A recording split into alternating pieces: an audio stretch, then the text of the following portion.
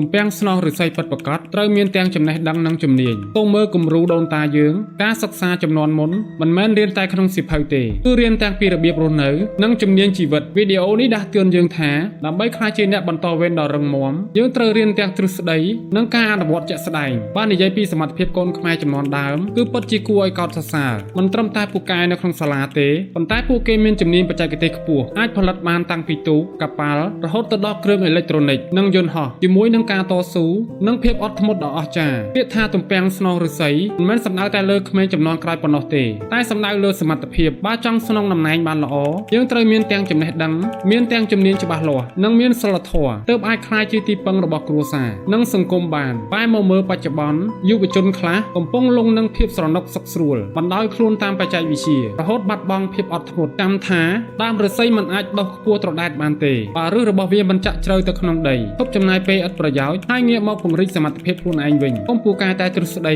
តែត្រូវមានជំនាញជាក់លាក់ទើបសមឈ្មោះជាទំពាំងស្នោឫស្សីដ៏រឹងមាំសម្រាប់ទ្រទ្រង់សង្គមជាតិនៅពេលខាងមុខតើអ្នកយល់យ៉ាងណាចំពោះវីដេអូនេះកុំភ្លេចខមមិននៅខាងក្រោម